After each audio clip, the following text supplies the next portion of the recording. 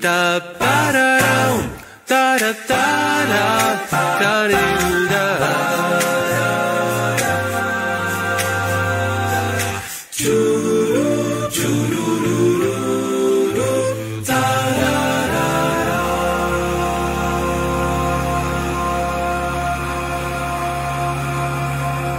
Lo voy a llamar al tipo porque, a ver, yo lo quiero llamar porque tengo algunas dudas. Me lo paso puteando contra el sistema educativo. Y esto no sé, me parece que no está bien. Poner en tela de juicio algo me parece que es piola en un medio de comunicación. Ahora, putear medio al pedo también me parece que es como inútil. Y a veces me pregunto, en lugar de estar buscando un cambio profundo, estructural de nuestra educación, digo, ¿no sería mejor hacer pequeñas cosas cotidianamente, ir modificando despacito la cosa, ya que está como hipertrofiada, ¿no? Y la historia de Mitre no la vamos a cambiar de aquí al lunes que viene.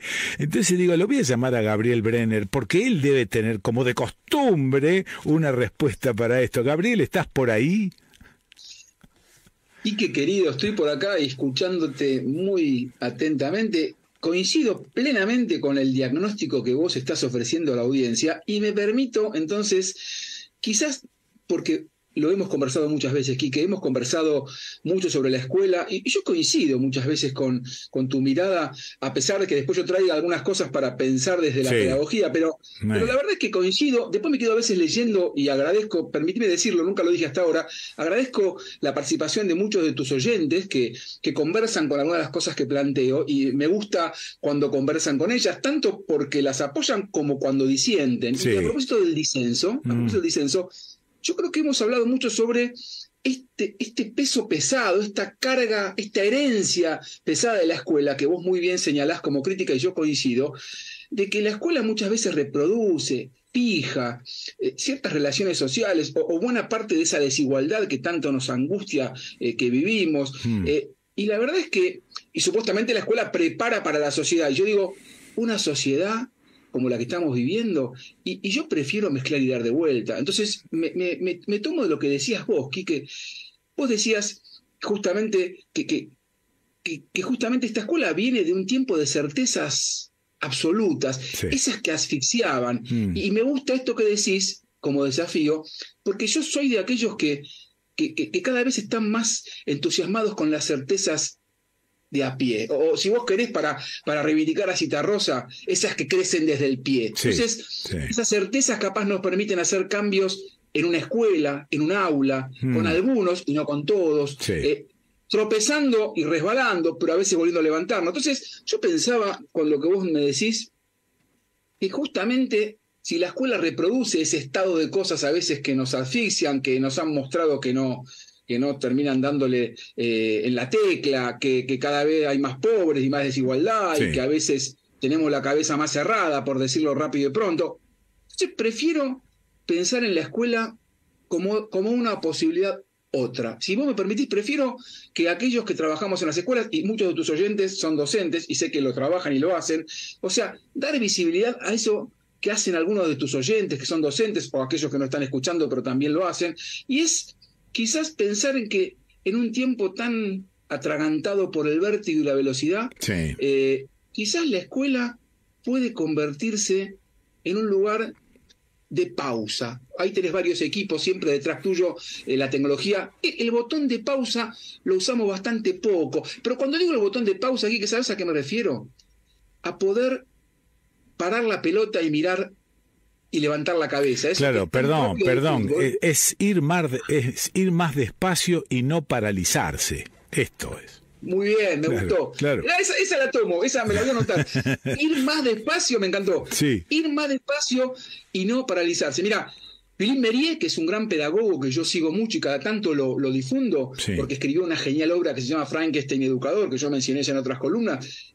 habla de la desaceleración, que es lo que estás diciendo vos. O sea, entonces yo digo, pero un oyente estará diciendo, pero para, Gabriel, para. ¿Qué es eso de poner pausa? ¿Y sabes qué es eso de poner pausa?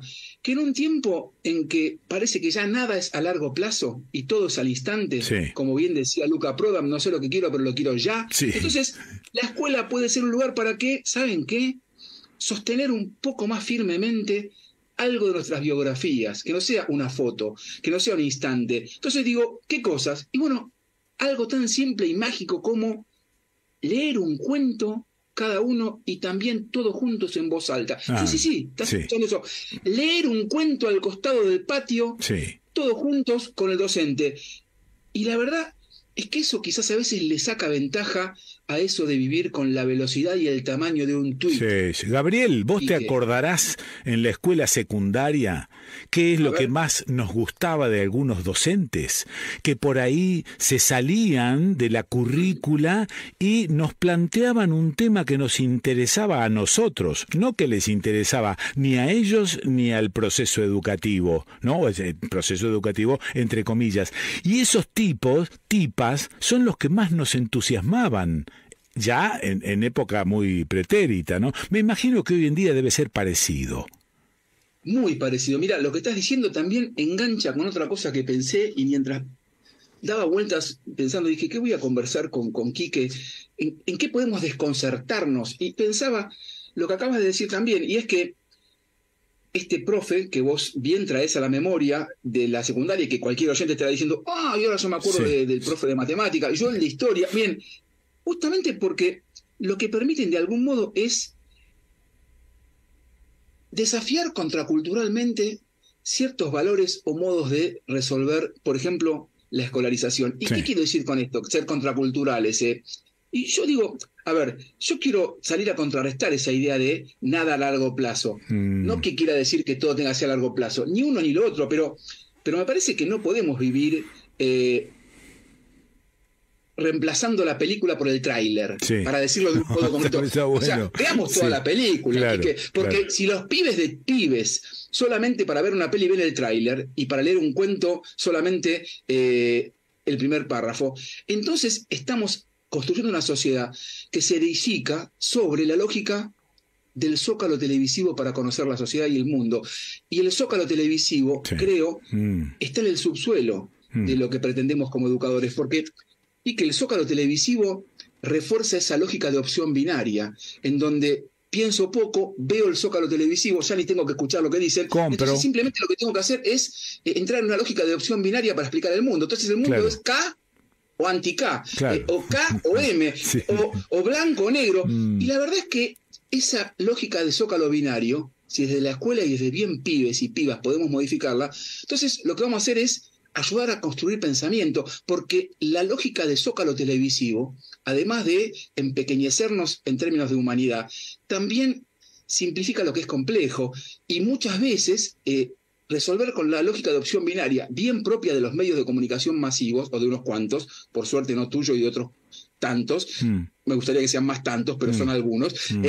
Entonces, cuando uno cae cautivo en esa lógica de opción binaria, lo que sucede es que se omite la información que ayuda a discernir, que ayuda a pensar. Entonces, me parece que ahí uno recuerda a ese profe que vos recién traías a memoria. Sí, la verdad es que, a ver, me haces pensar en el término albedrío, que no necesita la palabra libre que lo preceda, porque albedrío ya es pensamiento independiente. Y yo creo que me parece que el secreto está ahí, en eso que decís. A ver, ¿cómo hacemos desde la educación para generar albedrío en lugar de meter información en esos odres supuestamente huecos que son los alumnos, ¿no? Entonces digo, ¿cómo hacer? Sí. No, por eso me quedo también pensando en lo que dijiste vos antes, me gustó mucho. Me quedo con el elogio a la desaceleración, pero porque yo te decía que recién traía un libro, acá tengo un libro que es de Richard Sennett, La corrosión del carácter, las consecuencias personales del trabajo en el nuevo capitalismo. Lo recomiendo a cualquier oyente porque es genial el libro, este es un sociólogo y un psicólogo, pero Richard Sennett, tomando en cuenta esto de la desaceleración y el recuerdo a ese gran profe que vos traías, de algún modo nos permite pensar en la idea de que este mundo atragantado por la vertiginosidad y las injusticias nos lleva también a cierto peligro de que no tengamos en cuenta al otro, de que no nos importe quién es el otro. Entonces digo, el elogio a la pausa es el elogio a poder parar la pelota, levantar la cabeza y mirar que no soy nada si no es con otros, porque en una sociedad donde impera el miedo a ser descartado o descartada, que es lo que hoy está bien, entonces se hace más fuerte la pregunta, ¿soy necesario para otros? Y yo creo que esa pregunta tiene que convertirse en una afirmación. Y desde la escuela, por eso hablo de la contracorriente, de la contracultura, poder reafirmar con cada pibe y con cada piba, como decías vos al principio, de manera minúscula, desde el pie, que sos necesario para los otros. Porque si no, la cultura dominante nos hace creer que no somos necesarios para otros. Y eso es un fraude a la humanidad. Eso es vivir para ir acercándose a la muerte y no para disfrutar tantas primaveras como se pueda. Entonces, me parece que ahí hay un desafío de la escuela como contracultura. Sí, y se me mezclan muchas cuestiones. Hace horas recibí un WhatsAppito de un amigo que está en Estados Unidos y que fue a visitar Harvard. Y estaba maravillado de cómo en Harvard hay una facilitación para los alumnos para que estén, y yo le agrego, en soledad cada uno con su computadora.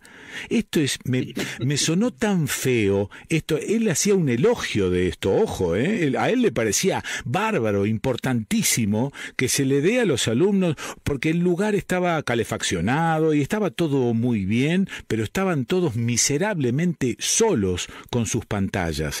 Digo, no nos animamos del todo, estimado Gabriel, a la crítica a estas nuevas plataformas. Siempre le agregamos esto sirve para muchas cosas, pero no nos animamos a profundizar en la crítica de la dependencia que originan estas plataformas.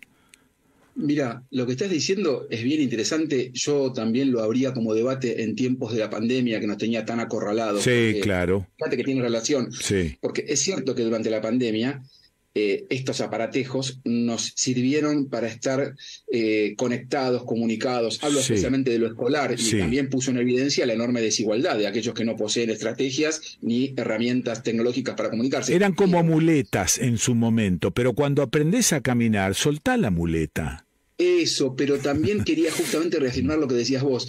Si bien el recurso tecnológico es eso, un recurso, una finalidad, algunos, como este señor que mencionás, se comen el amague de creer que el mundo circula centralmente por allí. Y yo quiero decir, Quique, y acuerdo con vos, que en el caso de la escuela, que es aquello a lo que me dedico y me apasiona, y la educación entendida como el espacio escolar, pero también como otros espacios, no es otra cosa que el encuentro de cuerpo presente con los otros. Y la tecnología, en todo caso, tiene que ser eso, un recurso. En todo caso, lo que hay que tener claro es que, digamos, es con la tecnología. Ahora, si la tecnología nos toma y de alguna manera nos hace cautivos de ella como objeto central, estamos listos. Yo creo que en todo caso hay que tener siempre claro que la tecnología, sea en una época la calculadora, en otra época el televisor y ahora el celular o la netbook, son recursos que tenemos que poner a disposición de las personas. Entonces los pibes, adolescentes y los adultos, ¿por qué no intentamos encontrarnos más y mejor? ¿Por qué no nos fundimos en algunos abrazos que a veces nos faltan tanto? ¿Y por qué no jugamos? Porque fíjate, cuando empezamos a crecer, Quique, y vos sos especialmente juguetón, para decirlo con un gran adjetivo que me gusta con la música y lo que haces en los programas, bueno, cuando vamos creciendo, Quique, cada vez jugamos menos. ¿Eso está bien? No, eso entristece las vidas. Entonces digo, ¿por qué no intentamos, por ejemplo, jugar más mientras vamos creciendo?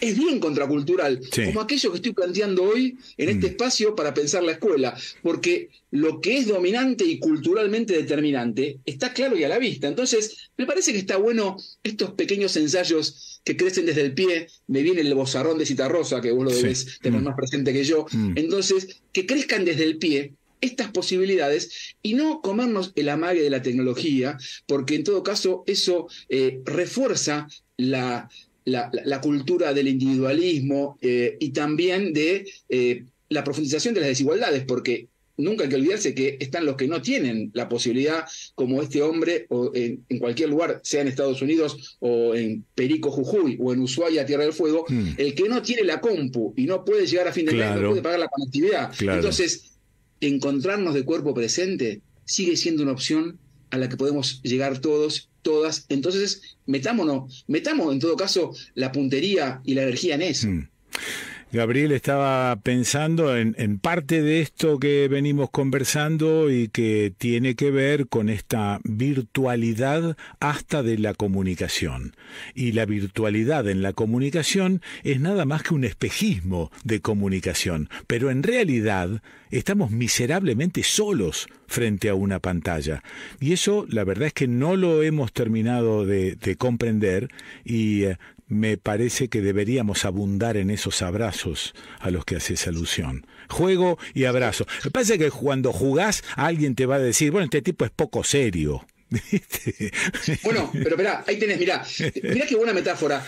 Cuando alguien dice este tipo es poco serio, es porque relaciona el juego a un estadio inferior, eso, a la niñez. A la niñez. Mira, Quique, sí. Yo te voy a decir una cosa, yo vengo trabajando, laburé en nivel inicial, en primario y luego me quedé en secundario. Y soy papá. No hay nada más serio, Quique, que un pibe jugando.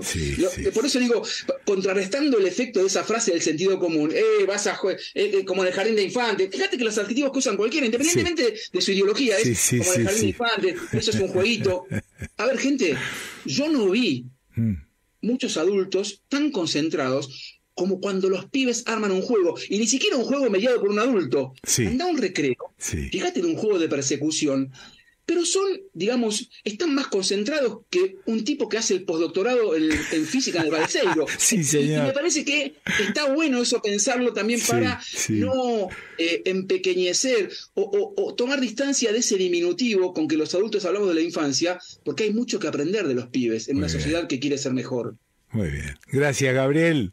Te mando un abrazo grande, ese mismo abrazo al que hacíamos alusión recién. Ya nos vamos a dar el abrazo personal, cibernético. Abrazo grande para vos, el equipo de producción y a toda la audiencia. Gracias, viejo. Bueno, lo escuchaste a Gabriel Brenner, pero Brenner con una sola N, ¿eh? ¿Y dónde lo escuchaste? Y bueno, aquí, en El Desconcierto.